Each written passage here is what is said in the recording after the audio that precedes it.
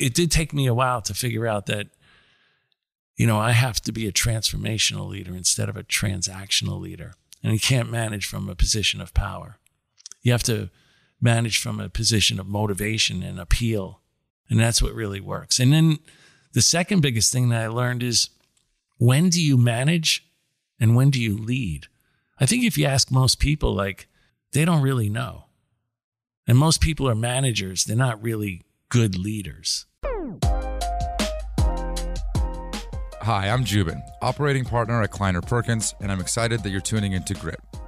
The goal of this is not for it to be a highlight reel of how successful my guests are, rather a candid exploration of how hard it is, both personally and professionally, to create, build, and scale world-class organizations. If you're a fan of the show, please subscribe, leave a review, and make sure to follow us on LinkedIn or Twitter. Thanks.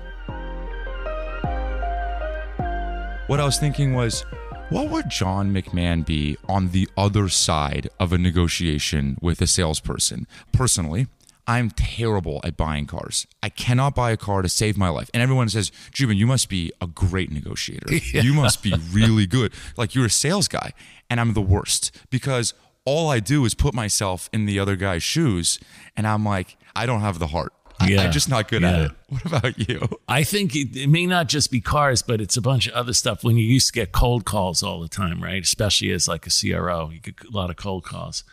You're a sucker for a really good salesperson, and you're annoyed at really bad salespeople. I'm still annoyed today because the stuff I get on LinkedIn, people obviously have not even looked at my background, and they're trying to sell me something. And I'm like, really? Or recruiters that are reaching out to me for a job as a second line manager. I'm like, really? Did you look at my profile? That's so annoying because it's annoying to the sales profession. But the people that are really good and come at you and ask questions and they have stories and they understand, exactly something about you and what you're doing in your job and all those types of things, that's when it's really powerful. And then you're kind of a sucker for it, Speaking of Chris Degnan, I was with him. He came to our holiday party, the KP holiday party in the Valley 2 weeks ago. And I introduced him to a former CRO that became a CEO and sold his company.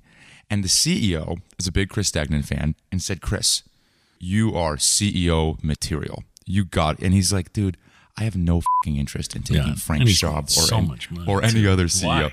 I got me thinking, that must have been the party lines for you. People must have told you that all the time. All the time. John, you're going to go do your 5th CRO job? Really? When I thought about doing the 6th, some of my friends came to me and said, Mac, they call me Mac, why are you going to do that? What are you going to get out of it? What are you, crazy? And then I would tell other people and they would just become CRO. And then they'd call me and say, hey, I'm a brand new CRO working for a brand new CEO. Can you come and help us out and keep us off the guardrails? So that's really how I started getting into advising. And then what happened was I'd be the only independent board member on the board, and I only took equity. I wouldn't take any cash. Because some of the things that you're going to talk to the CEO about, especially if it's a tech CEO, which 90% of them are, they don't know if that's going to work, and it's going to take a while for it to work. If you take cash, they're looking at the watch and say, well, I just talked to this guy for an hour. I paid him a lot of money, but I didn't really get anything out of it. But when you take equity only, then all of a sudden they realize after they spend time with you, hey, you're the only person in here that's really on my side. The advice you give is really good. So why don't you become a board member? Because it's really you and me against these venture capitalists, which really a lot of them are just MBAs and they don't really have any operating experience. And at the end of the day, they're going to get their money back. But the only time you make money is if I make money. So come on this side. And that's when I started going on some boards. Was the 6th Mongo? Was the 6th? No, I didn't do a 6th. But you thought about the one that you were thinking about? Or was it just generally, am I going to get back on the saddle? Well, you get bombarded with offers. And what you have to do is you have to go through this period where you have to separate yourself from your ego and your identity, maybe more your identity. You're identified, as a brother, a husband, a dad, all those different roles. But you're also in your identity. You're the CRO. You've been the CRO for a long period of time. And now you have to get away from that identity, when other people are calling you and trying to convince you to come back, you have to say no for a long period of time until you can separate yourself from, that's no longer one of my roles. And that takes a while. Do you worry about this idea of losing your relevance? At some point, has that dissipated? This idea that because you're Tom Brady retired, that somehow people don't give a shit about you anymore. I was talking to Dave at Mongo about this, and I thought he was really honest in his self-reflection that part of his drive is that it gives him a lot and it keeps him relevant. And relevance in the sense that it keeps him in the flow of the action, you know? Maybe not even just your ego, but also just feeling like you're doing the hard thing. I don't know. Are we recording this? Yeah, this is all. I just run. We are. I just run.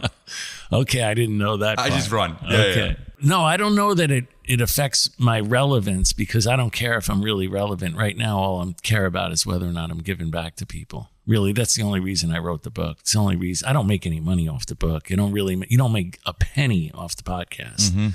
So I really do it to kind of keep my noodle sharp and help other people. If at some point I'm rendered irrelevant, okay, it's time for me to, ride into the sunset and do something else. One thing that struck me when I was researching your background is you haven't had a full-time role, correct me if I'm wrong, since almost 2012.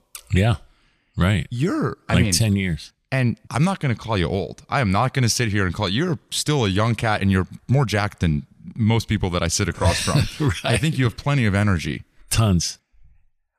10 years. Why did you stop? Why didn't you go for more full-time? I know you're on the board of basically every iconic software company that we've had in the Bay Area, but after BMC, why didn't you go for more? Well, like we talked about, do you really need to do it for a sixth time? Or is there something else you can do with your life? Is there a way to give back to people and take a break and also give back more to your family and friends too, which when you're on the road as a CRO, everybody wants a piece of you.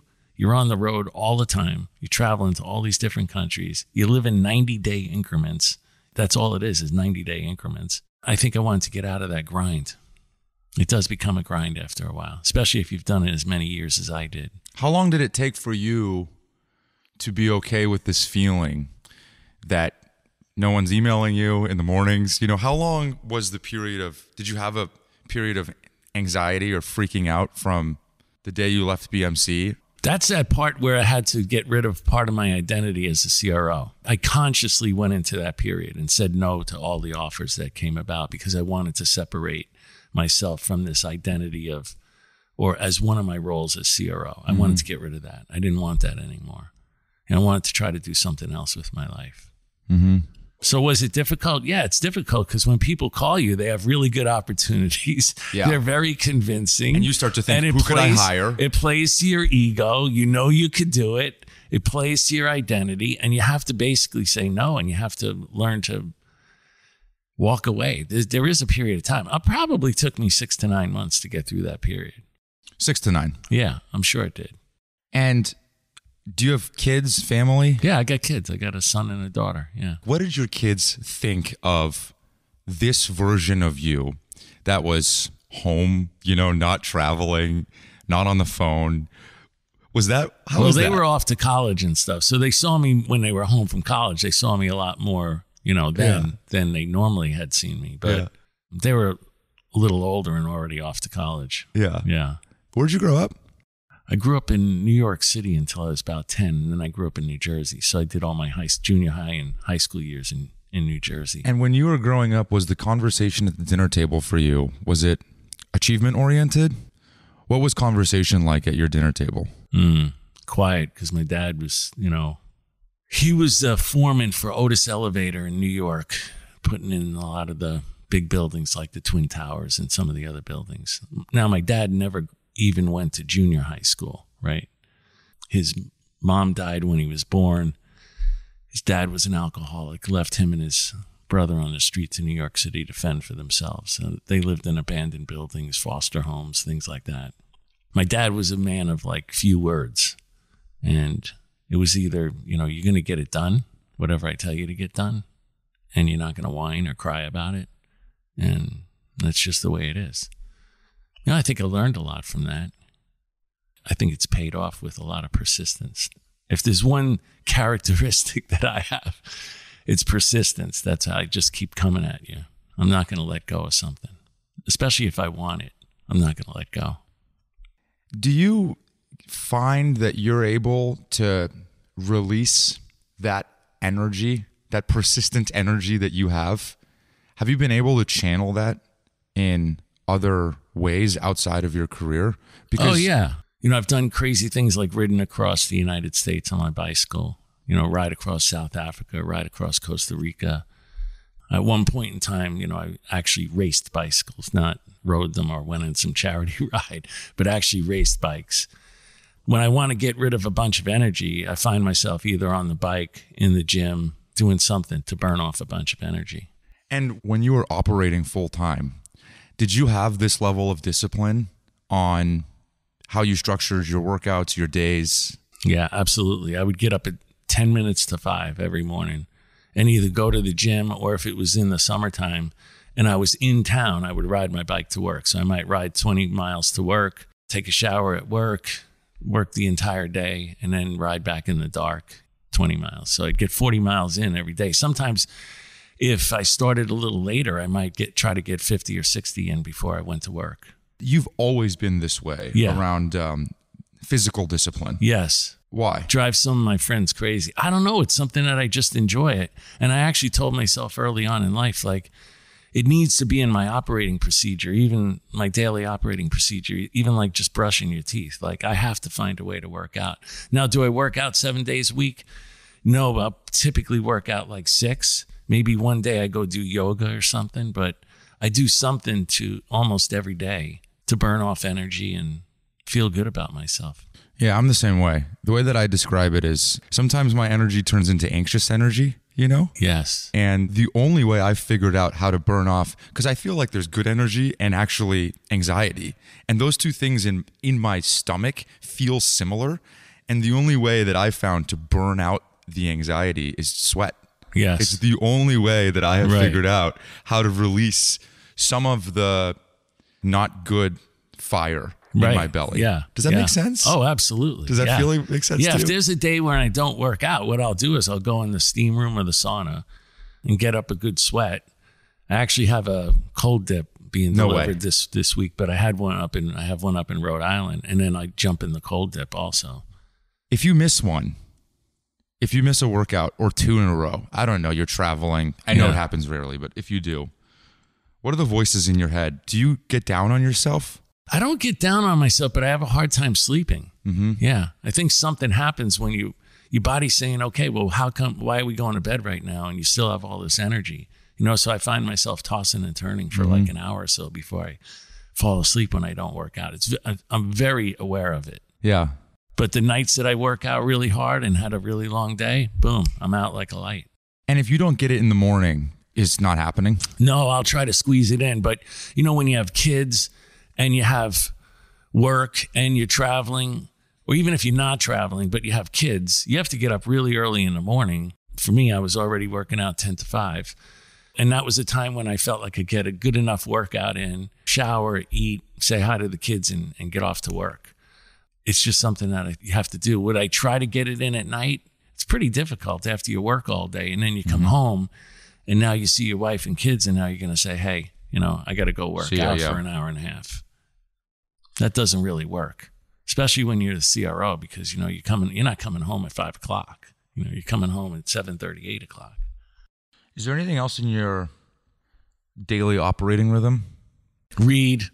Every day. If I get up, first thing I'm doing is like checking out the Wall Street Journal and stuff like that, looking everything that I can to understand what's going on in the world.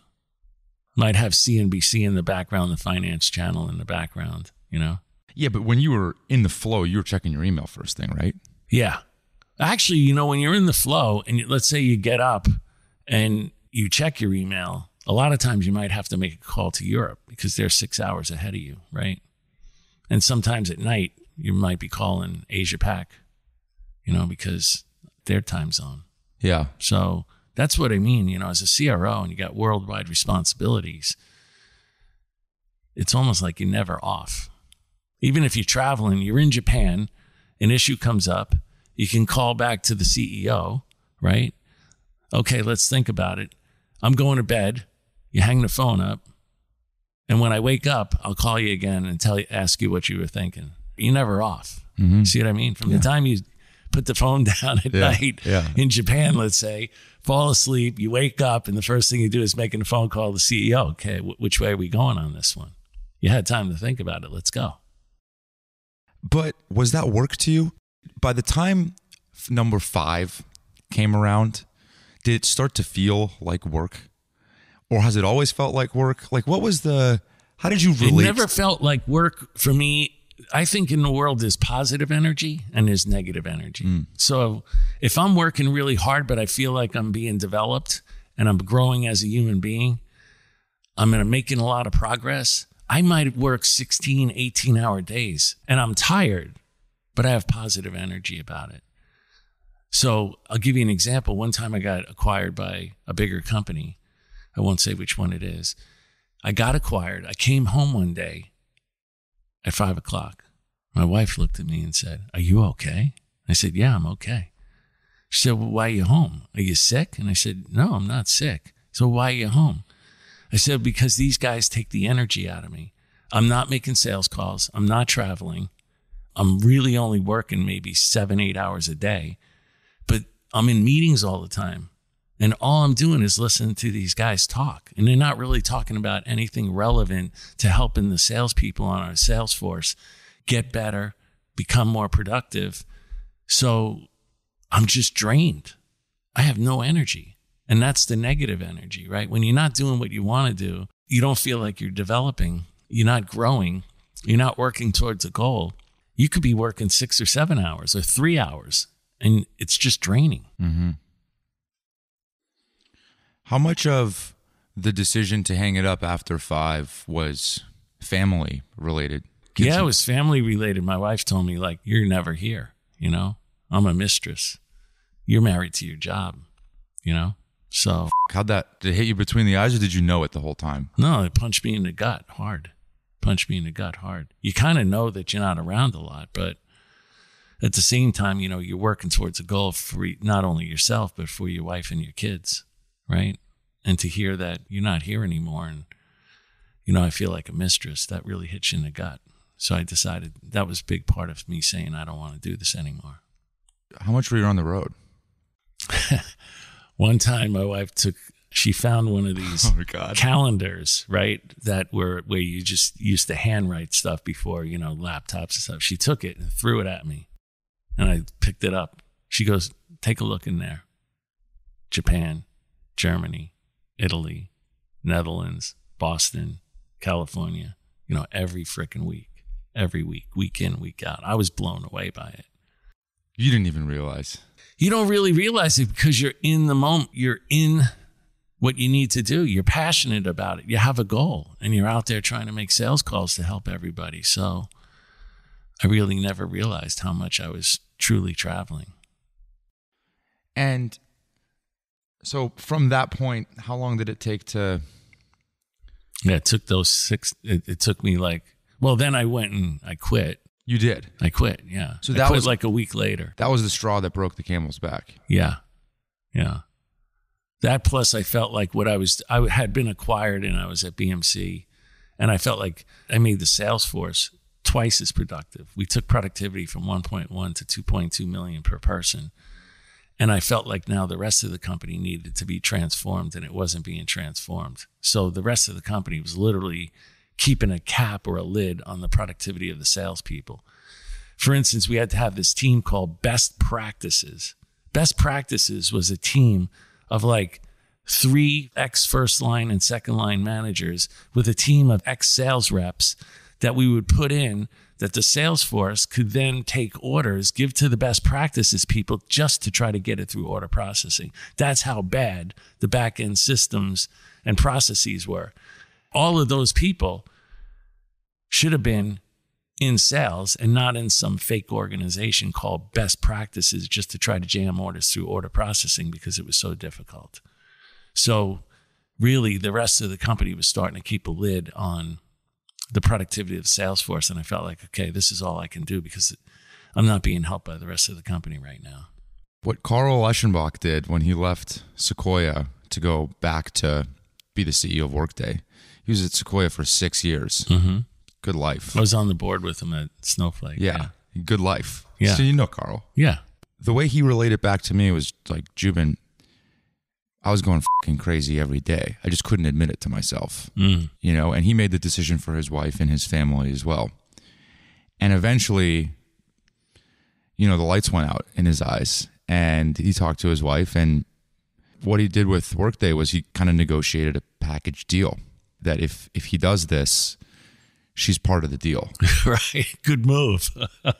Did that ever cross like No, I felt like, you know, like you had the juice to do it. Yeah, I had the juice to do it for sure. Probably could do it again right now, Yeah. but that's not really what I wanted to do. Like we said, you know, do we really want to do it for, 6 times? Yeah. Does that really make sense? Or is there something else you can do?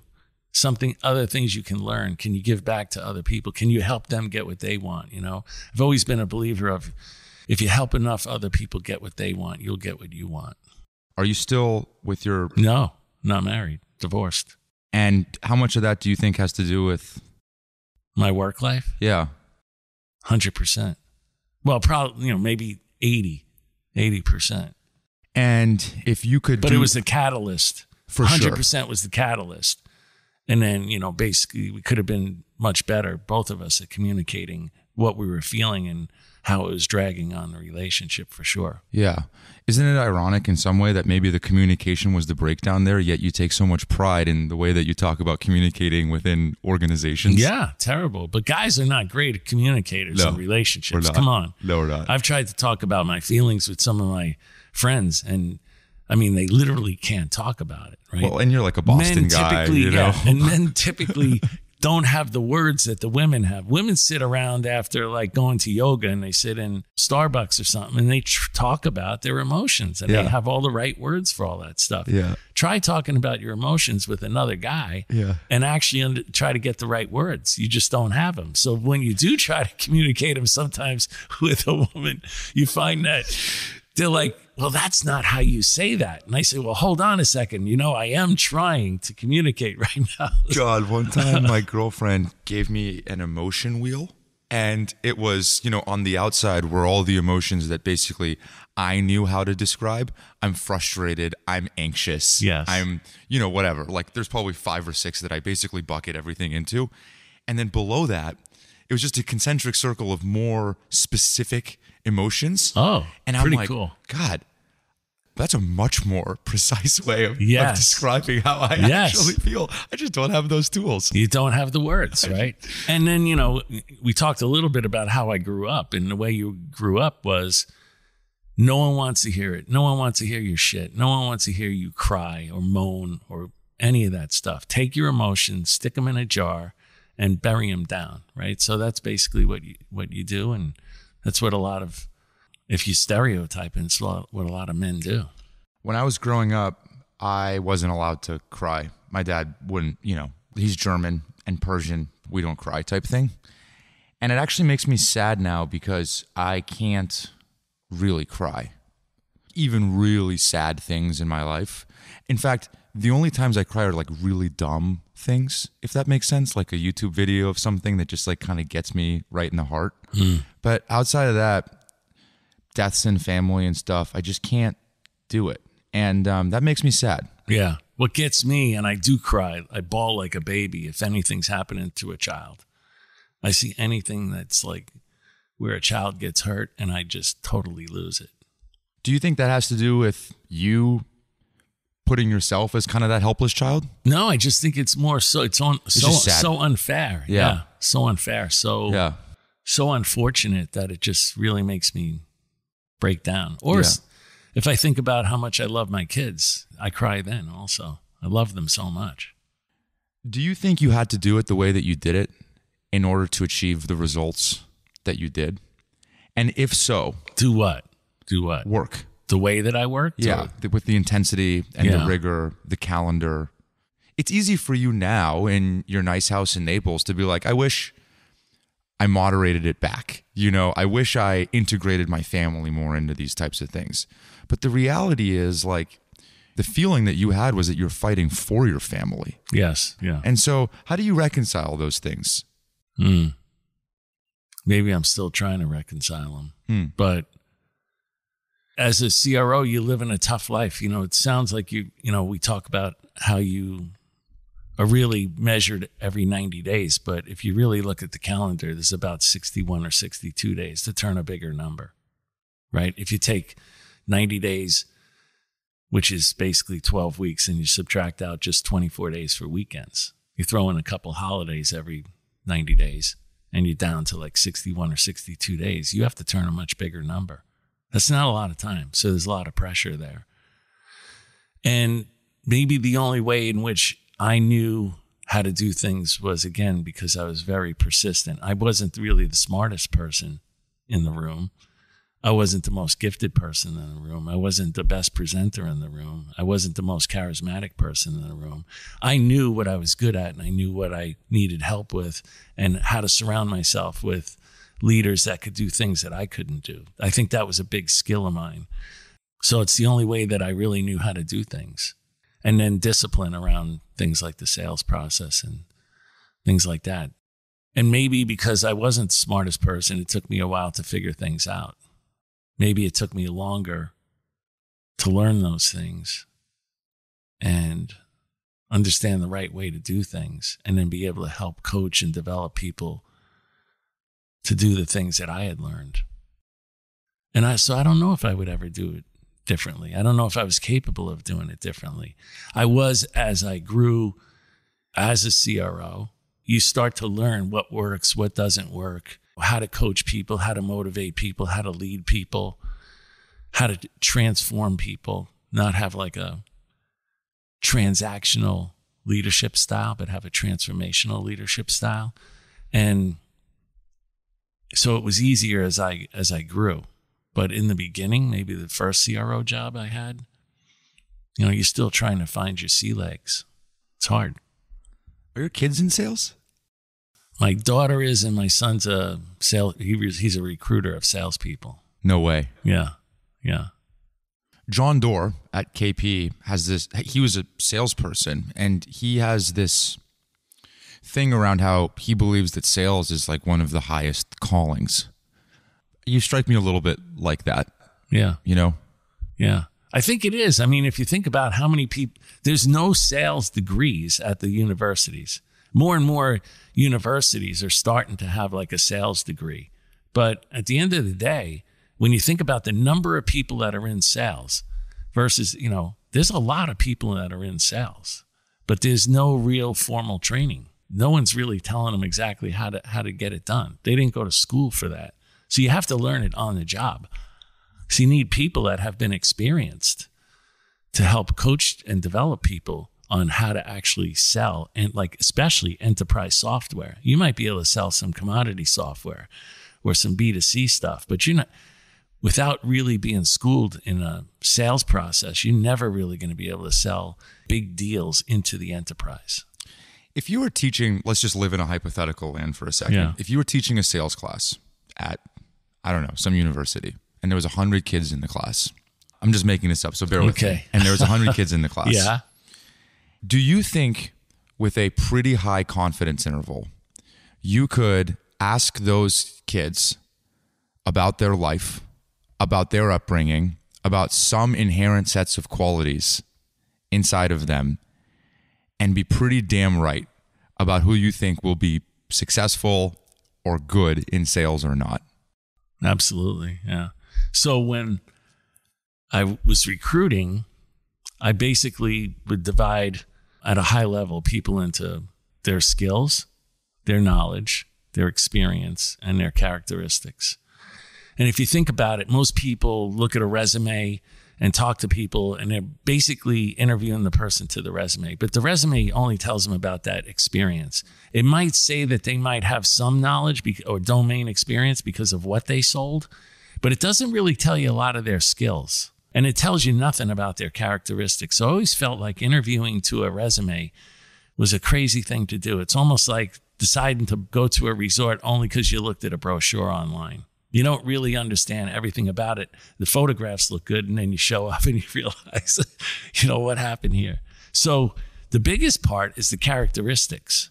So to answer your question, yes, that's really where I would spend. I'd take a resume, put it down, and interview people, especially for the first half an hour, only on their characteristics. Why? Because that's the game changer. Why is it the game changer? If somebody's really smart, they're going to pick up the knowledge, right? Out of the womb smart, a lot of brain power, they're going to pick up any knowledge that you give them.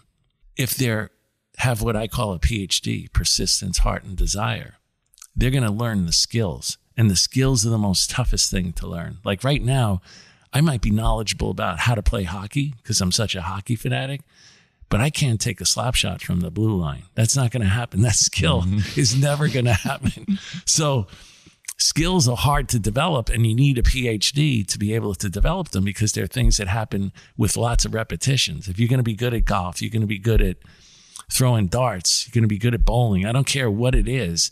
You're going to have to do thousands and thousands of repetitions before you're going to get good.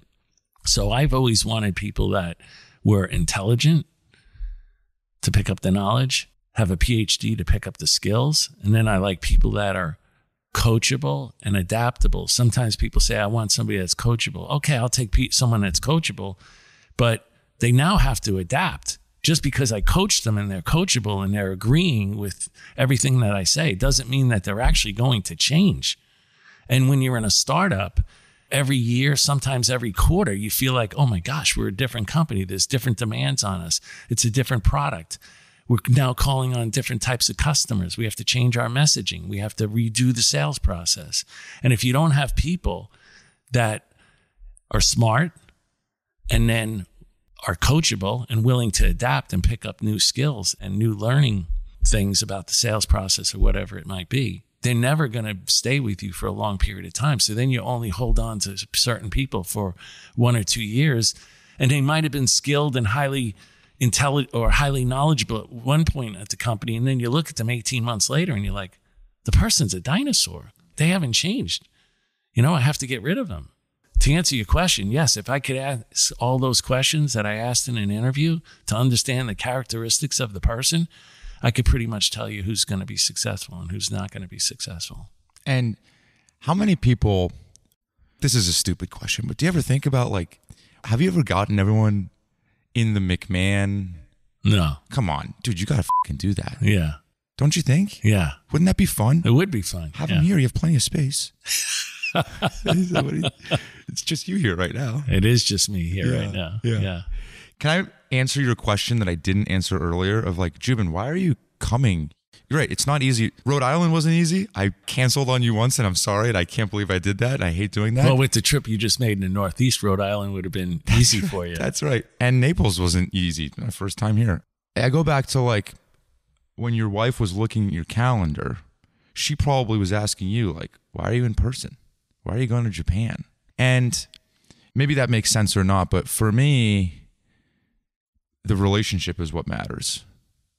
That's why I do this. It's not necessarily for the marketing and the stories and all that. I care about the learning and meeting folks like you, spending time with them. And I think seeing the whites of someone's eyes matters. Definitely. I think it matters. And I think it's kind of a lost, before I walk in the door, or if someone else is coming to meet me in person, they're already telling me something. That they care, that they really care, and that you're important.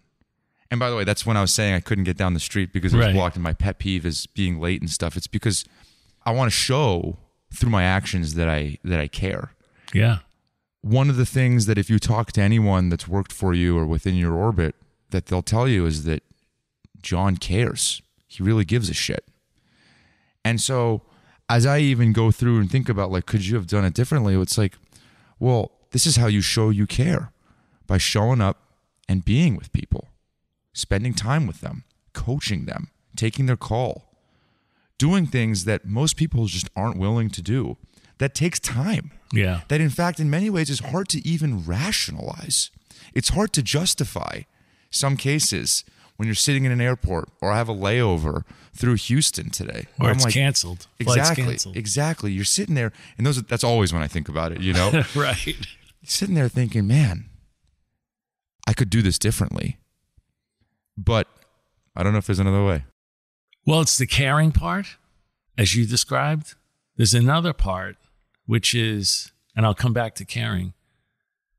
The other part is you have to understand, if you're the CRO and there's multiple layers below you, you think you might understand what's really going on in the field and the issues that the salespeople are facing. And maybe that funneled up through first line, second line, third line, fourth line managers.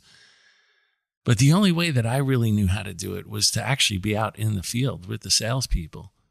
And now you can tell me anything I want to hear that you think I want to hear. But now I see it with my own two eyes. I hear it with my ears. And now I know what's actually going on. And you learn a lot about people. So you learn a lot about the managers that are in that territory. You learn a lot about the reps that are in that territory, because not only making the sales calls, but you're typically going back to the office afterwards and meeting all the people and having dinner with them and everything. And you get a sense of what's really going on. So the reason that's important, and I'm coming back to the caring part, is if you really care about people, you have to make them competent. It's the old teach a man how to fish versus fishing for them, right? So a lot of times when I would go out to the Bay Area and people would say, hey, could you come and join our board or be an advisor or stuff? And I'm just using the Bay Area as a classic example. Yeah, go ahead. Just dunk on us, John. No problem. We have, in the conversation with the CEO, we have a really great culture. I was like, really? Tell me about it. Well, let me give you a tour. And they show me the bean bags and the espresso machine and the foosball tables and the ping pong tables and the beer taps and all that stuff. And they come back and say, so don't we have a great culture? And I'd say, I don't know. They go, what do you mean you don't know? Like, I took you on the tour and everything. Well, I saw the culture signs on your walls. Uh-huh. I see the foosball tables and the ping pong tables and the beer taps, but that doesn't mean you have a good culture. And to me, I always thought that a great culture is when you're taking people and you're helping to develop them and get them to a level of competence that they never thought that they could get to. And that's how you show you care. If I take Jubin, who thinks that he's at this level, and I tell him, look, Jubin, you've been at this level for 9 months. I have faith in you.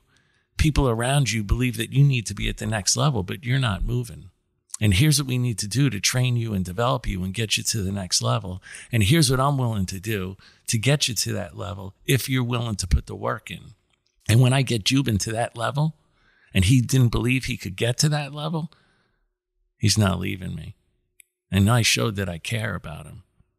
It's not because of bean bags and foosball tables and all that crap. It's because you're actually making somebody competent. That's how you show you care. That's a good culture where you're developing people, training people, promoting people. They're all growing. They're not leaving you. Does that make sense to you? It does, but... we got a but. J-Mac. Can I call you J-Mac? I've heard people call you that. I just thought it was a fucking electric nickname. Johnny Mac, J-Mac, do whatever you want to call me. Incredible nickname. Just don't call me late for dinner. Johnny Mac, CRO number 1, didn't probably have the ability to coach in the same way that he did on round 5. True. How are you showing that you care through teaching when you're figuring it all out on your own along the way too? Yeah. In one, I was probably traveling more than I ever was. I was traveling way more than I did when I was doing 3, 4, or 5. So I think I was trying to show that I cared there, and I was trying to understand what was going on on the ground. And then we were putting together training and enablement programs to help people. Because if you travel enough, you start to see the same problems in the sales process. And then you could start to say, it's obvious to me that my people are getting stuck at this step or this stage of the sales process, and I have to put something get something into training or enablement to help them get through that step or that stage in the sales process. Hearing you talk about it like this, it makes me think of great product CEOs who are going all the way to the mat on the product. Meaning, I just take Parker from Rippling. My team's going to kill me because I always talk about Parker. Incredible CEO. Rippling is a payroll software company. Doesn't matter. They have about 2,000 employees. They're a $10 billion valuation company right now. He approves every expense report in the company, every single one. And the point of that is because he's deep. He needs to understand exactly the problem. Dave from Mongo, I got to imagine, is the exact same way. Goes deep. Goes all the way down to maybe the IC on the engineering team or whatever.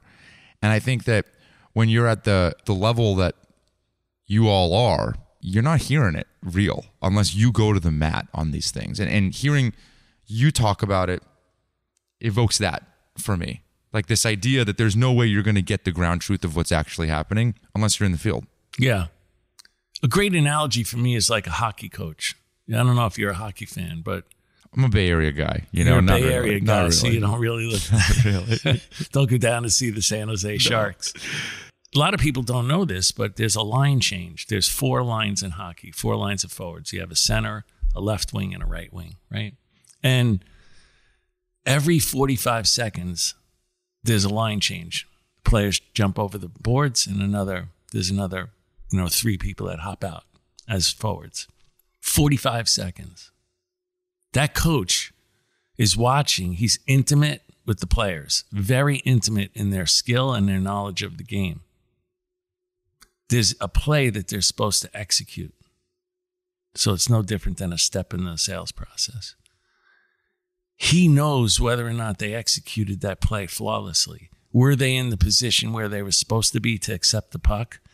Were they able to take the puck and catch it on their stick? And were they able to, execute to skate to a certain area of the ice and then pass it to their teammate?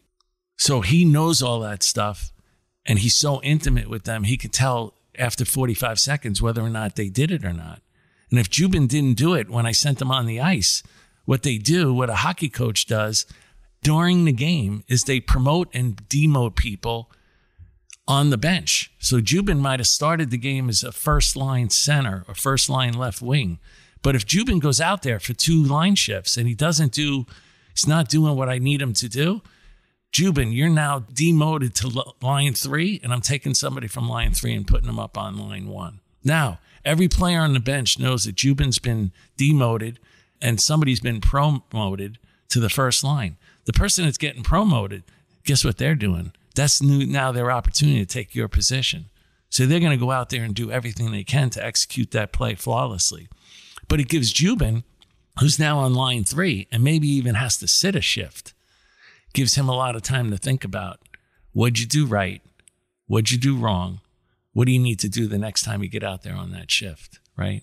And I don't think that's any different than coaching salespeople. Like, you have to truly understand, you can't treat everyone like they're cookie cutter. You have to treat them where you are intimate with their skills, their knowledge, their strengths, weaknesses, insecurities, goals, motivations, all that stuff. When you know the person, then you kind of understand why or how come they're not executing that play. And then you get to be able to talk to them, coach them, and develop them so that they can be a much better player.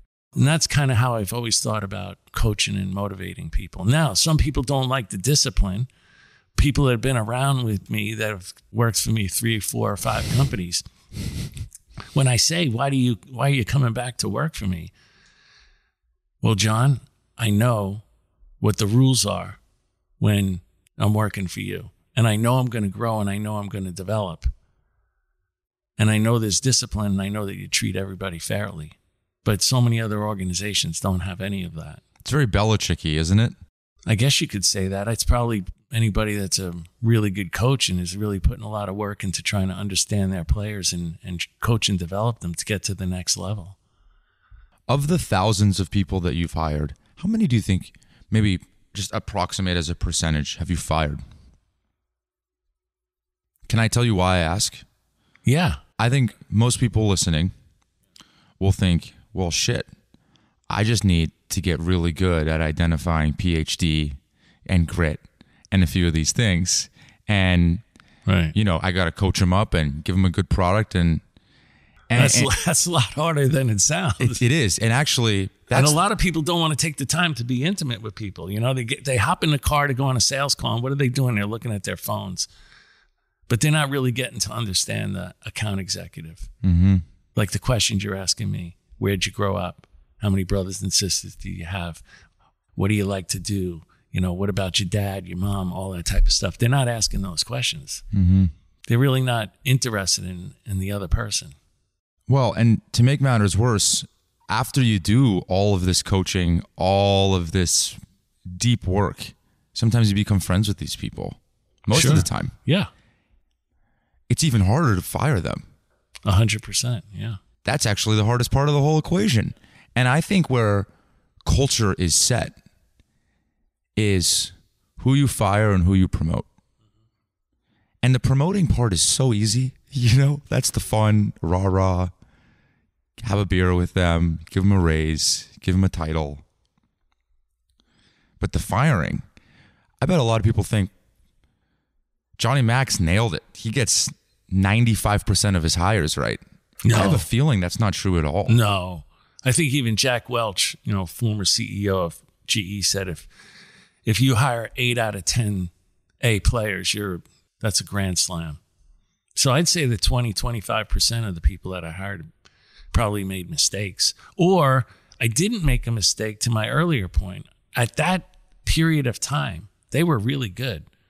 But as the company grew and developed and the product changed and the sales process changed and the customers changed, became more knowledgeable, 2 years later, now I probably had to let them go because they weren't coachable and adaptable.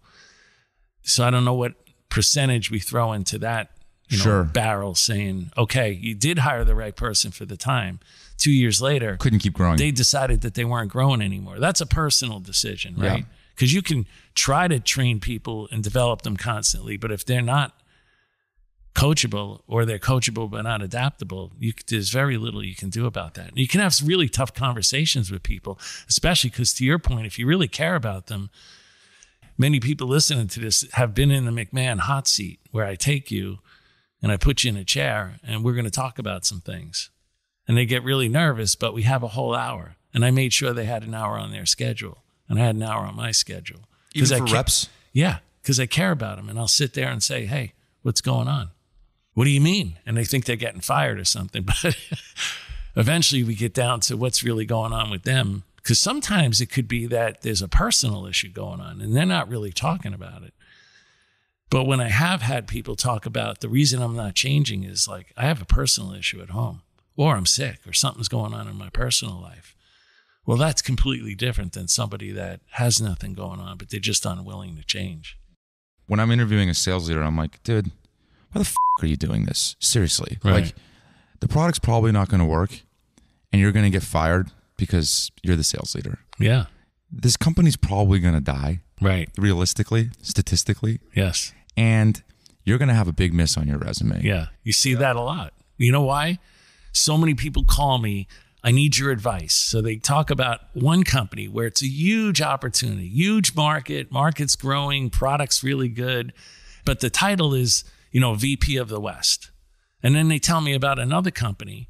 And when they describe it, it's not a really good opportunity. The product's not really selling. They've already been through a CRO, but they get the CRO title. And I tell them, don't confuse opportunity with position.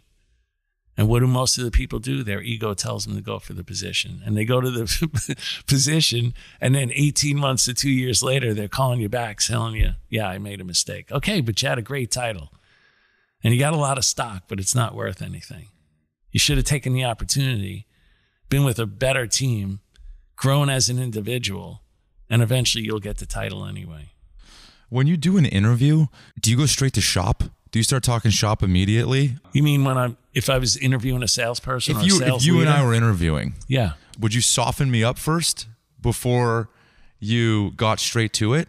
Or are you more inclined to just get straight to it? As a CRO, you have the opportunity to just get to it because you have the title and they've already seen 3 or 4 of your leaders. When you're a first line manager, you have to basically do a little bit of both. You have to do a little bit of selling and a little bit of interviewing, right? So I think it changes as you go up the ladder. But typically I like to get right to it, but I go on the personal side, like I said, because I'm really more interested in your characteristics than I am in some of the jobs you had and those types of things that are on the resume. Does it strike you how most of the companies that you've been advising or CEOs that talk to you have actually no idea how to interview, qualify anybody on the go-to-market side? Yeah, I mean, well, by the way, do you disagree with that? No, I think there's a lot of tech CEOs, unfortunately, they may have a good product, but they're clueless about how to interview somebody that is the right person for that stage of their company. So I see a lot of tech CEOs that are enamored because somebody worked at Oracle or ServiceNow, and they take somebody from a big company and then they stick them in this little startup, and their skill set just doesn't match. These people have never scrounged for resources. They never had to fight to get what they want. They don't have scars of experience on their backs. When they came to ServiceNow or Oracle, it was a multi-billion-dollar company. And they had tons of resources. They didn't have to scrounge for everything. They didn't have to determine what the ideal customer profile was and who to recruit and what the profile of that person to recruit is, and understand all those types of things because everything was already set for them. Have you ever been topped? 5 CROs. Has there ever been a sales leader that's been hired on top of you? No. Doesn't that... Why? Well, I'll give you an example. Okay. You've been a part of some pretty high growth tech companies. Mm-hmm. Okay. I had Bob Muglia on the show. Okay. I know Bob. I know you know good Bob. Guy, yeah, really great guy. I love Bob. I went to his house, by the way. Such a nice guy. I went to his house in Seattle. Yeah. Speaking of going to people's houses, he has a data center in his basement. And if this is not the most Bob story ever. Yeah. And he's giving me a tour of the house. And basically all he wanted to show me was how he racked and stacked the servers in his data center. And he's going through, it's like a mad scientist down there. Yes. Anyway, what a great guy. Fantastic guy. And what Bob was telling me, because we were talking about Chris, talk about another guy that has not been topped. No, love Chris Degnan. Incredibly. Yeah. Incredibly. And he's like, look, yeah, I got some pressure. I got some pressure from the board, maybe some pressure from you. I don't know. He didn't say you, but maybe from you as well. No. You mean Bob about Chris? Yes. No, I was the supporter of Chris the entire way. As the thing started to really start to scale, that would be a question from Bob and even the rest of the board every time. They look at me. They go to you, and obviously. say, do you think that Chris is stepping up? And I'd always say, yes. Why? Why do you think that he, should keep his job? And I'd say, because what I look for is intangible, incremental growth in somebody every time I see them. And every time I would talk to Chris, every time I'd interface with Chris, I'd see tangible, incremental growth. And the thing about Chris is he's very coachable and extremely adaptable. He'd take coaching feedback, and then what you turn around, the next time you see Chris, he's already adapted. Very few people can do that as the thing continues to scale. And Chris was really good at that. And that's why I always supported that he'd stay in that job. Is that what you mean by demonstrable incremental growth? Yes. Chris would, in the early days, we don't talk that much now, but in the early days, we were talking all the time. And he'd say, what about this? And what about that? Yeah, Chris, you hear that? You're too big time now. Well, no. Yeah, he is big time right now. Chris. And then there'd be some things that I would see because of my experience that Chris didn't see. And I'd say, hey, this is something that you need to pay attention to. Because otherwise, if you don't pay attention to it, they're going to come and get you. Mm-hmm. So, and him and I have had those conversations, especially a lot in the early days. And like I said, Chris is very coachable and extremely adaptable. If you really say, certainly he's smart, really smart, he's skilled. But if you say what characteristics have really allowed Chris to continue to scale and transition, it's the coachability and adaptability. Not to make this too much about Chris, but can I go one layer deeper of why I think he's that way? Yeah, whatever you want. I actually think there's probably something more fundamental to Chris, which is that he's potentially the most self-aware person that I've ever met. He is very aware. And I think that his self-awareness is what allows him to be so adaptable and coachable, because I think that when you say something to him about an area of opportunity, he's either already thought about it or he immediately internalizes it and wants to get better. Yes. And I think that he is really unique in that Venn diagram of how others talk about you outside of the room and what you think people say about you. I think that the gap between those two things is very narrow for Chris. And I think that's why he tends to have this adaptable, coachable nature. Anyway, that's my observation. No, I think you're right. But that's part of it. When somebody's coaching you on something, don't you have to then look in the mirror at some point and say, they're right, or they could be right, and I need to now adapt? And if you look in the mirror and you're not self-aware, to your point, and you say, no, that's bullshit, they don't know what they're talking about, I'm smarter than them, and I don't need to do that, that's a problem, right? So there is some sort of self-awareness check when you look in the mirror to say, yeah, I do need to adapt, and I'm willing to adapt. I'm persistent enough to adapt, because it does take some persistence and determination to adapt. And to your other point, a lot of times when I would put someone in the hot seat, my favorite question was, now, Jubin, when you're not around, what's the book on you? And they go, well, what do you mean? Well, if we had a book on what other people think about Jubin and we open it up, what does it say? And you'd be surprised, to your point, that a lot of people, there's a big gap between the way in which they think they're perceived versus the way in which others perceive them. That can be problematic, especially for sales leaders. Have you ever asked a CEO that question? Either if that's Dave at Mongo, well, I guess previously at Blade Logic. Dave and I have had many good discussions, yeah. Or at the board of Snowflake or Lacework or ThoughtSpot, or Glassdoor or Apti, you name it. Are you willing to go to a CEO, maybe it's different from the board perspective, and ask them the question of, hey, what do you think the book is on you? Have you done that before? I've never done that with the CEO, not that I can remember. I mean, we've had discussions on things that I think they need to change, and here's why. But I've never had the open book discussion on, why not? The way in. It's a good question. Probably could have. Yeah. You strike me as someone that's not afraid to have that conversation. No, I'm not. In fact, even now, I get appointed as the person that has to have the tough discussion with the I mean. CEO when no one else wants to do it. That's what I mean. Yeah. I don't know. I just never had that. And I know that same book discussion with the CEO. I might have told them, look, this is where you're falling down and you need to do something about it. But I never had the whole open book discussion. Is there a piece of feedback that you've gotten in your career that hit you between the eyes? Is there a parallel to the feedback that your wife gave you professionally? Is there something where in a moment in time, what you thought the book said and what the book really said really changed the trajectory of how you behaved as a leader? I can't remember if I got it from somebody, but one of the biggest things that hit me was early on as a manager, maybe even before I was a CRO, I was a very transactional leader, meaning I used my position of power to get what I wanted from my people. And the reason that that's really bad is because you're basically telling people to do things in exchange for them not being penalized, and so they could get a reward of, let's say, a commission check.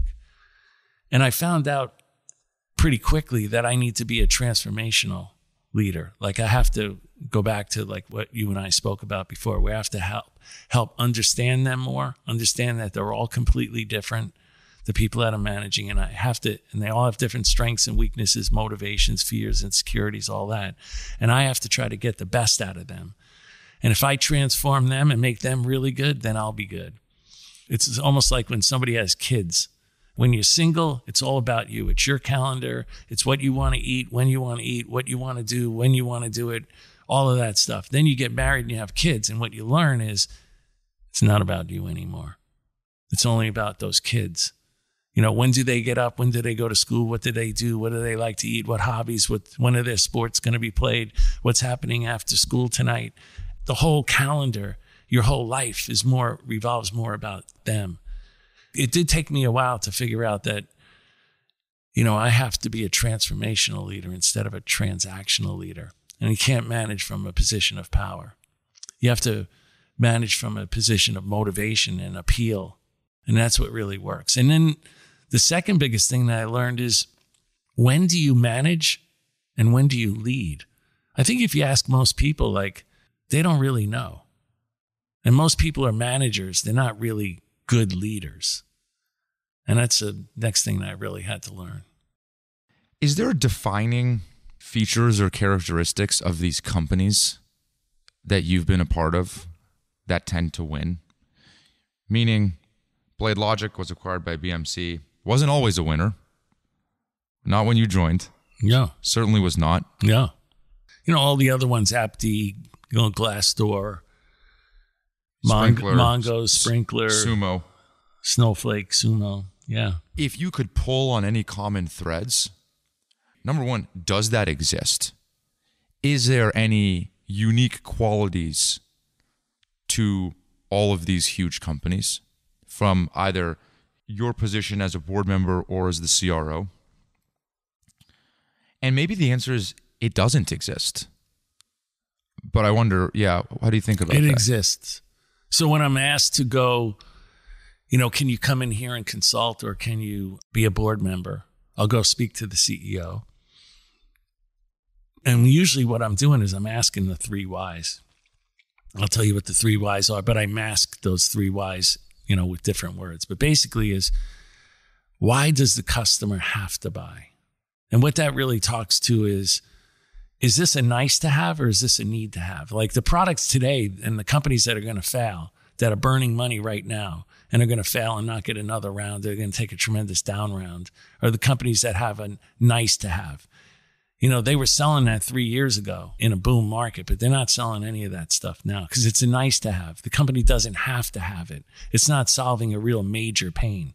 So you want something that is a real product that's going to solve a real big pain point for the customer. If it's not solving a really big pain point for the customer, then they don't have to buy. The next thing you want to know is, why do they have to buy from you? And if the CEO is not explaining that there's a one-to-one match between their secret sauce, their competitive differentiation against each and every one of those pain points that they outlined, if there's not that alignment, then they're not really going to solve the pain. That means that the customer is going to buy something else from another competitor that has a better alignment of product differentiation to that pain point. And then the last one is, why do they have to do it now? Can't they do it another way? Can't they wait? And I really want to understand those 3 questions. And when you can understand those 3 questions, and they really do have to buy, they have to buy from this company because the product is truly differentiated. And they have to do it now because they can't wait, because it's costing their company so much money if they wait. That's a company that I'm interested in. Then I might go to the bigger questions, like what's the market size? What's the market growth? Why now? Why now in this market? Has something changed? Did the internet come about? Did the cloud come about? Did AI come about? All those major shifts in technology that can displace a lot of the competitors. And are we making a brand new market here? Or is this something that's, like in Snowflake's case, there was already like 5 or 6 different physical data warehouses, but now they came along with a cloud data warehouse. So there was already a huge market there, and they were going to make it even a bigger market because now they're going to make it so much more appealing to so many other different companies. Because before Snowflake, it was really only, the top executives in a company that were accessing the data warehouse. I look for those types of things, and I think there is a trend. There is a line in there where it, whether you were Jody at AppD or Dave at MongoDB or Frank and Bob at Snowflake, there was definitive answers to those 3 whys. Hearing your line of questioning when you talk to a CEO reminds me very much of a venture capitalist. Again, going back to Carl, there's no way that Sequoia did not come to you and say, dude, you could be pretty good at this. Yeah. I had people for sure, right? Or Sutter yeah. Hill. I mean, forget about it. The list goes on. Yeah. If KP didn't, we should have. Why not that? That's a good question. I have had many venture capitalists tell me, like, if we look at your track record, you might have one of the best portfolios of anybody. When you look at Snowflake and Mongo and Sprinkler and App Dynamics and, many of the other ones. I was approached, but I just felt like I didn't want to really work for somebody else at the time. I got tired of working for other people. I wanted to work for me. At the end of the day, that's what it really came down to. You're not on the board of Snowflake anymore. No. You're off, or maybe planning on getting off all the big boards that you're on. Yeah, I'm off the big boards. Yeah, I really don't like the public boards so much. Why not? It's boring. Yeah, it's a chore for you. It's a chore. I don't learn anything, and I'm not really helping influence anything. Like when Snowflake was early, as an example, or Mongo was early, or any of these early companies that I'm on the board of, I can really have a huge impact and help steer those companies. But I can't help so much the bigger companies. I really can't. To me, that's a very positive signal that you have actually extracted the ego from the work. Yes, right. Otherwise, you'd stay on. Right. Like I just joined a company called Astronomer last week. It's a raw startup. It's, a couple $1 million. Mm-hmm. I do that. Astronomer, Sigma, Observe, and Luminary. Another one that's like pre-product. Like when I joined Snowflake, it was 2 years before they had a product. It wasn't like I joined them and they were already selling stuff. 2 years before they had a product. I mean, Chris was just trying to just get some people to buy a couple beta copies. It was early. And I like that. I think that's so much more exciting because there's so many more things to decide on. The ideal customer profile. What are the differentiators? And, all these different things that go into making sure that you get the thing pointed in the right direction. That's so much more exciting and intellectually challenging. Dude, are you sure you're done? I mean this with all sincerity. Yeah. Why don't you go back? Why? Do you get a feeling like I want to go back?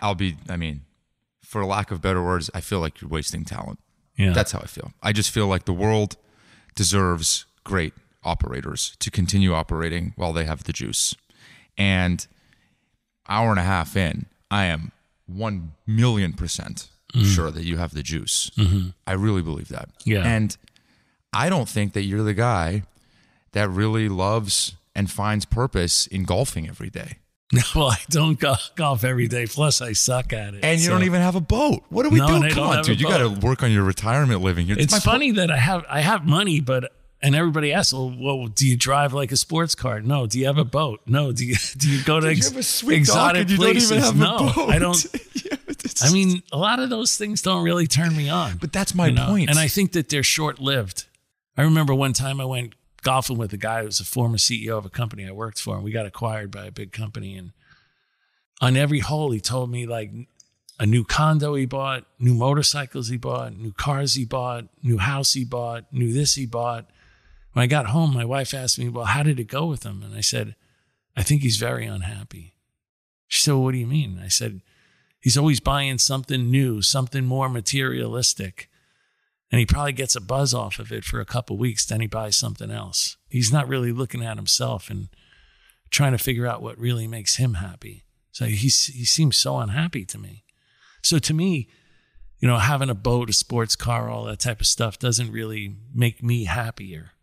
That's maybe why I don't have those things. But you're kind of making my original point. Yeah. None of the other things, the boards, the boats, it's about the action. Yeah. So why are you playing make-believe in the action? Like this, like, well, Make believe. yeah, like I am helping a lot of people. I know, but Yeah. you're not in the driver's seat. No, I'm not. If I did it this time, I'd go back. I'd go be a CEO. I'm not going to be a 100%. CRO. And that's actually what I was going to say, which is that there is a world where you could not be told what to do. Get challenged in a way that I think would be really exciting and invigorating for you, and use the energy that you have. You're not going to have this energy forever. Really? I hope not? so. I hope so too. In which case, then you better get back to operating. I have if a you ton do. of energy. Yeah. Sometimes some of my friends think that I'm like juicing, or they think that I'm on something because I have so much energy. Yeah, I have a problem at the office because my energy is sometimes translated through the volume of my voice. I get excited. I get very easily excited. Yeah. And then I get loud. I and can then see that. Yeah. everybody in the office can hear me, And it's like, oh, great, Jubin's here, Yeah. I was with Shlomo Kramer. Yeah. Do you know Shlomo? I met him one time. Yeah. Nobody knows this guy. He's the only CEO that I know that has founded 3 companies and will take them all to IPO. Right. He was like the CEO of Imperva. A buddy of mine, Jim Drill, works for him. He was the founder of Imperva and the CEO. He was the founder of Checkpoint. He's now the founder and CEO of a company called Cato Networks that's going up against Zscaler. He's going to take this company public. He's an incredible human. He's an incredible, and he's really smart. He's older than you. And the way that he was talking to me about this being his last run was almost like it should be his last run. Like this idea of like, dude, I'm old.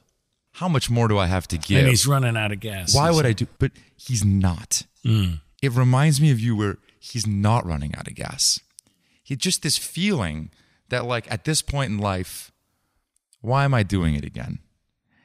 And my point to him, which is the same point that I'm trying to make to you, is like, well, maybe like you're a really rare thing.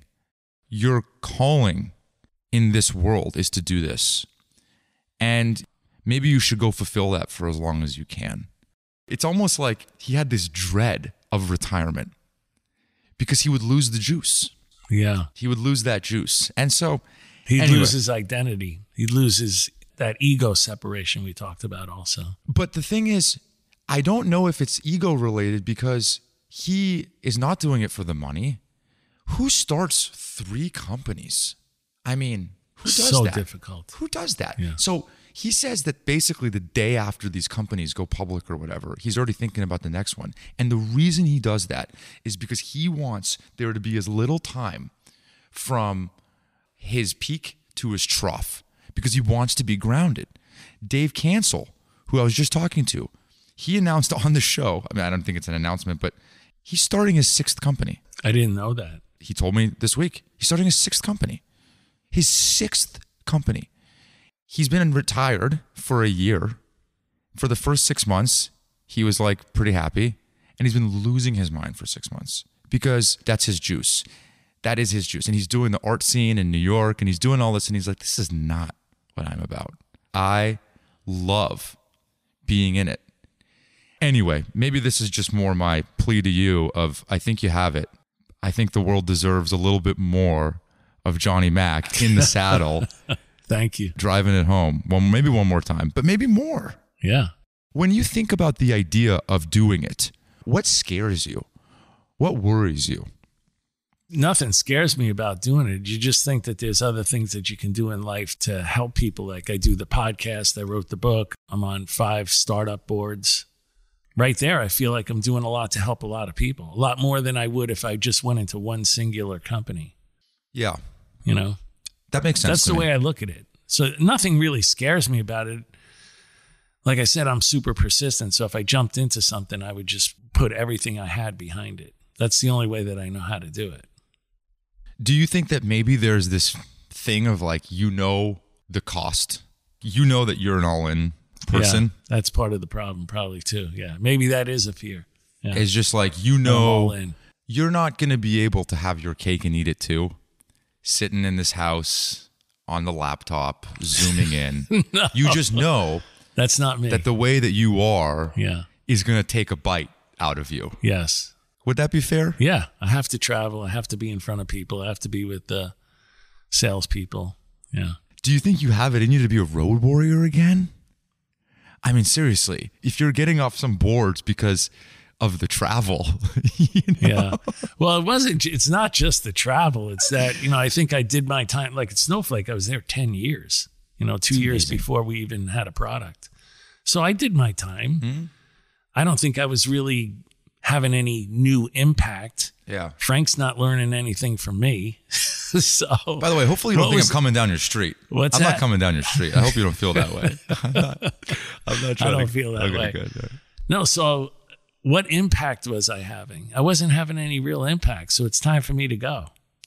Now, can I have impact on some of those 5 different small companies? Yes, 100%. Mm-hmm. I'm not having any impact on MongoDB anymore. I'm not having any impact on Snowflake. So why do it? Do you think that Brady couldn't stop playing? He's played forever because he felt like he knew the answers to the test by the end of it. And he was like, this is so fun. This is the best part of my career at the end, when he knew all the answers. He knew the routes. Maybe there's actually some new version of fun from all this experience that you've had and the time away. And when you're coming back, it's really, really only for the love of it. Right. It won't be the grind. No. Right. That's a good point. It's a really good point. Yeah. That might give your perspectives. It's not so existential. Yes. If that makes sense. Yeah.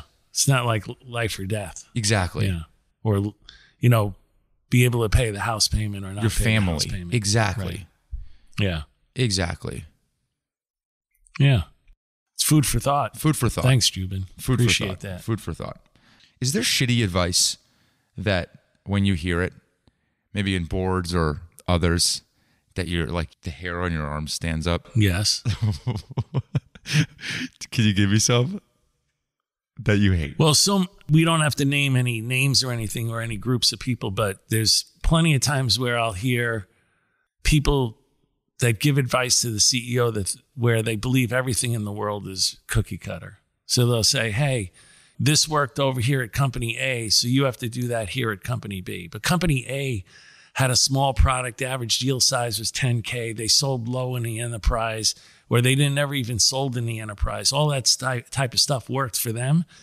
And then they're trying to take that same advice to this poor tech CEO that knows nothing about sales and says, you have to do the same thing. And I think that's the stupidest thing I've ever heard in my life. You have a $250,000 ASP. You're calling on VPs. You're calling on, the VP of IT. These people are calling on something else. You have a different use case than they do. You have different differentiators than they do.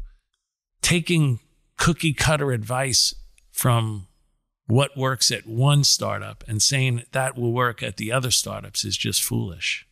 And actually, if the world worked that way, it'd be pretty freaking boring, right? Mm-hmm. So the reason that I like going into these startups is if I'm in 5 different startups, those are 5 different markets, 5 different ideal customer profiles, 5 different types of use cases, 5 different of everything. And you have to figure out and thread the needle between all of those things to figure out the best route to market. It's not cookie cutter. If it was cookie cutter, we'd all be bored. But I'm always frustrated by people that are on the board that think that things are cookie cutter. Doesn't it remind you over the last few years, like when everyone, especially venture capitalists, were pushing this idea of PLG?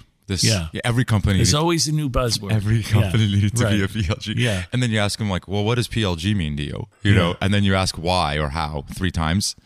And you get different answers from everybody, right? Yes. Yeah. That happened to me when, the internet came about, and then I was changing jobs, and I would go to a bunch of venture capitalists and meet them. And they'd say to me, John, first of all, enterprise sales is dead. You're an enterprise salesperson. It's dead. People are going to buy everything off the internet, and there's just no opportunity for you. And I thought to myself, really? You're telling me that somebody's going to look at the internet and they're going to buy some C-level person and they're going to buy millions of dollars of software off the internet or from some 25-year-old kid on inside sales? I don't believe it. and it never happened. Now enterprise sales is still huge. But you hear that a lot of times too. Like PLG, that's going to displace everything. PLG has a place, but it has a place for certain products too. It doesn't have a place for every product. Have you traditionally worked well or bad with marketing? Bad with marketing in the beginning and good with marketing towards the end, or definitely at the end. Bad with marketing in the beginning, it was pre-internet. You know, they would have marketing brochures and stuff like that. Mm-hmm. And I would basically hold up a marketing brochure in front of the sales force and say, this is the new marketing brochure. This is 100% proof that they have no fucking idea what we sell. And I'd throw it in the trash can because they were doing their own thing, you know, and they thought that they were doing the right thing. And sales was calling on customers and they knew or thought they knew what the right thing to do was. Now, as more and more tools came about and demand generation, you know, products like HubSpot and some of those products, it created more of a bond and more of talking points between marketing and sales. You know, when I had all those things underneath me, then what I would basically also do is pay the marketing person based upon sales. So you tie them to your quota. I told them straight to my quota. They weren't paid completely different than the salesperson was paid. They only got paid when I got paid. Mm-hmm. So therefore, they knew exactly what to do. How can I make that sales force more productive? Am I doing the right things? They'd be asking themselves that question every single day because they knew they only get paid when I get paid. And I think that helped create a bond also. Denise and Chris have a great, amazing bond. Those two present at the board meetings together. Those two are working together very closely all the time. It's really impressive what they've created together. Really impressive. I don't want to steal their shine, but they're writing a book together. Yeah, I know. Yeah. I've been interviewed for part of it. Maybe I'm stealing their shine. Yeah. Maybe you are. Maybe I'm still, sorry, Chris. Can we play make-believe for one more second? Yeah. And maybe make-believe is a reality here, but let's just imagine you're the CEO of a company. Yeah. And now you're managing an engineering and product team. Mm-hmm. How would you adapt your leadership style to manage that team? Because it's funny, right now, what most CEOs are doing are adapting their management style to sales and marketing teams, right? Most of these engineers become CEOs. They know how to lead and hire engineers and product teams and not the inverse. For you, it might be the inverse. So I wonder, how would you think about changing your style to meet people where they are? Yeah, you have to meet them where they are. I would try to understand the issues as good as I can. And I'm sure that they could bluff me if they wanted to. But one thing that they can't really hide from is, okay, well, what's coming out at the next release? When is that going to happen? And then constantly talking to them on a weekly basis as to where we are in progressing towards that release. And from that, trying to understand the issues and trying to understand whether or not I'm getting straightforward feedback or are they trying to game me or game the system. If there's one thing that I'm pretty good at is it's pretty hard for you to hide from me. So even though I may not know, my gut is really good. I think that I've gotten pretty far on my intuition. Even when I used to go in sales calls, what I love to do is go around the room. If there's 10 people in the room, go around and shake their hands, look them in the eyes. And then I would basically try to determine who they were. Like at handshake? At handshake and looking in the eyes. The eyes are really important. And I would basically say to myself, this is a potential champion. This person's here because they were told to be here. This next person doesn't give a shit. This person could be the economic buyer. You know, this person could be my champion. And then from with customers. With customers. And then sit down, have the meeting, and see how my gut was with respect to the way in which it rolled out. Yeah. And so many times I'd be right. The one person I was almost always right with was, that person's the enemy. They don't want us in this account, right? Because those people have a hard time shaking your hand and looking you directly in the eye. So intuition would help me in helping to manage an engineering team. And at the end of the day, it's about getting great leaders around you. So I would be looking for the best leader that I could find and making sure that they were hiring the best leaders underneath them. Your problems go away. Like if things are starting to surface towards you, is the one thing I've learned, like as a CRO. If things are starting to surface towards you, it means that somebody below you is really not doing their job the way it should be done. And then when you replace the leader, all of a sudden all that stuff goes away. If you're finding that yourself, you are constantly having to put out fires for people underneath you, you probably have the wrong leader. Now you get the right leader and all of a sudden you're not dealing with those issues anymore. Do you size people up still? Like maybe 100%. You still do that? Yeah. Like when I came to the door, you sized me up? Yeah, a little bit. Yeah. For sure. It's just natural. What'd you think? Nice guy. Think he's going to be a good guy. This That's is going to be fun. Yeah. Would you bullshit me? Would I? Yeah. No, am I bullshitting you? No, I don't think so. But would you? No. Okay. No. And let me ask you, if I didn't come off that way, like, oh gosh, he's late. He's kind of a prick. Yeah. He's like full of himself. We're just going to get through this and then we're going to be done. Right. I got to get out of here. Yeah. Okay. And that would shape your behavior throughout the conversation. Most likely, yeah. I try to be me, but maybe there's this thing that's still like in between us. Yeah, that makes sense. Yeah. And I'm sure you do that with CEOs basically every time they want you to advise for them or whatever it is. You want to size them up as quickly as you can. Oh, absolutely. Sometimes when I'm not sure, they'll say like at the end of the hour, like, okay, I really want to get you to join us. Or I've even had a couple already have a contract and here, just sign the contract. And I was like, whoa, hold on a second. You know what? What I think we should do is I come back free of charge. You list like your top 5 or 10 issues that you think you have. And then let's do a couple hours of a working session and we see how we work together. And then after that, we can make a decision. Mm-hmm. And usually after that, I can realize like, there's no way I can ever work with this person. I need to go somewhere else. And then they call me and say, hey, what do you think? You're going to still join us? And I say like, no, I'm too busy. I took another opportunity. Mm-hmm. What's something that most people think about you that you wouldn't agree with? I mean, maybe there's some people out there that think I'm just a hard ass, or maybe there's some people that I let go that think whatever they want to think about me. I don't know exactly what they might think, but I would say that some people probably think that I was pretty hard, pretty much of a disciplinarian, but that was a lot of times for the people that, it didn't work for. That might be the only thing that probably comes to mind. Has a CEO ever come to you and said, I think I'm done. I'm tired? No. Has that ever happened? No. Does that surprise you? No. Why not? Most of them are tech CEOs. The product, the company, everything, that's their baby.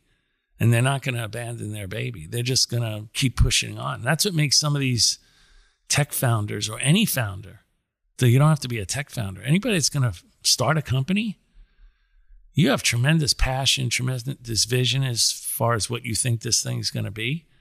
And you're all in. So I don't see a lot of them just saying, hey, I just don't think I can do this anymore. I just don't see it.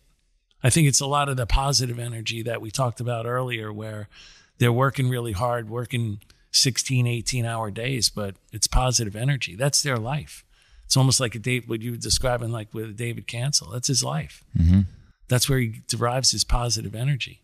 He was doing his artwork and all that other stuff you talked about, but that's negative energy. It's not driving him. It's not getting an endorphin buzz off of that. Mm-hmm. Do you have a perspective on doubling down on strengths versus rounding out weaknesses? I believe in doubling down on the leaders around you that make up for the things that you think you're not really strong on in. That I believe in. Yeah. But that's self-awareness. That's understanding where you're strong and where you're weak and trying to get people around you that can help cover for those things. And it may not even be the people just around you. It may be a level or two down too. What about if you're coaching somebody, let's say a rep, and they are incredible at closing deals. Mm-hmm. They are the rainmaker. Yes. But they cannot work with anybody else to save their life. Yes. Have had many of those. How much effort do you put into getting everything out of their way so that they can focus on their strength, which is closing deals, versus putting in a bunch of calories to get them to play nice in the sandbox with everybody else? That's what I mean. Really good question. So I've had people that I call artists, and they're people as you described. They're amazing at closing deals. They can do things unconsciously that other reps you need to be very prescriptive to. And they'll close multi-million-dollar deals. They operate at the highest levels of all these companies. They're unafraid of calling on anybody at the executive level, and they're really good. But they're artists. They don't do things the way you need the majority of your sales force to do things. So I've had conversations with them to say, look, I'm telling everybody else that they have to follow this sales process, and here's the different steps and that they have to do. Here's the pipeline generation things that they have to do, all the other things that are very prescriptive and defined. Now, between you and me, you're going to have to make like you're doing the same thing. Even though I'm giving you a get out of jail card for free, and you still can be you. But you can't ever say to anybody, I don't have to do those things that McMahon's telling everybody else to do because I'm special. We don't have any special people here. We don't have any special people on this team, right? So as long as you operate within the boundaries that you and I talk about, you're free to do whatever you want to do. The minute that I hear you're telling other people that you don't have to do it, that's the day that I'm going to ask you to leave. Is that fair? And they say, they're smart enough. And they say, yeah, that's fair. And they still go do their things. But for 99% of your sales force, you probably have to be pretty prescriptive as to what they have to, types of things that they have to do.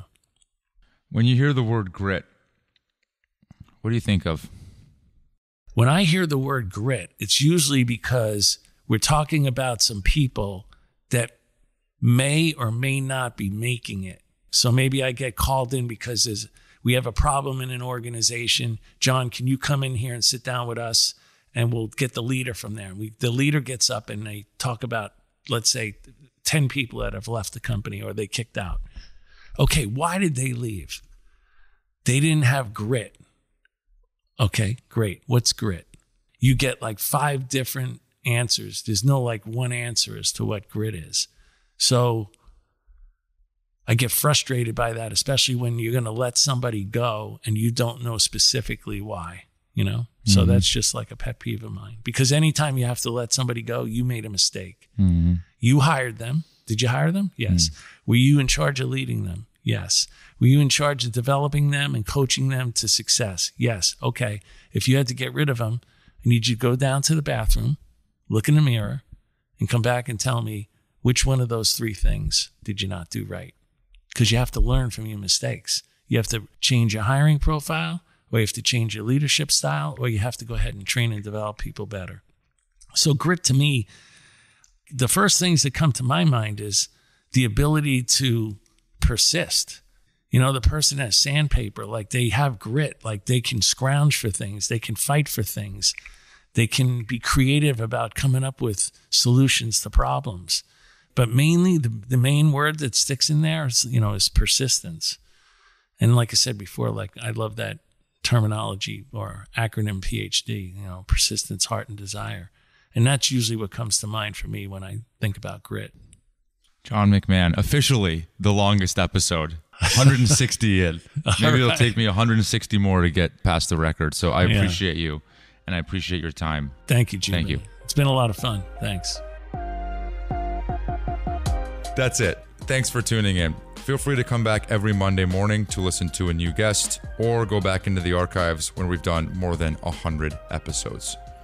This podcast is a Kleiner Perkins production, and the episode was edited by Eric Johnson from Lightning Pod. Thank you all.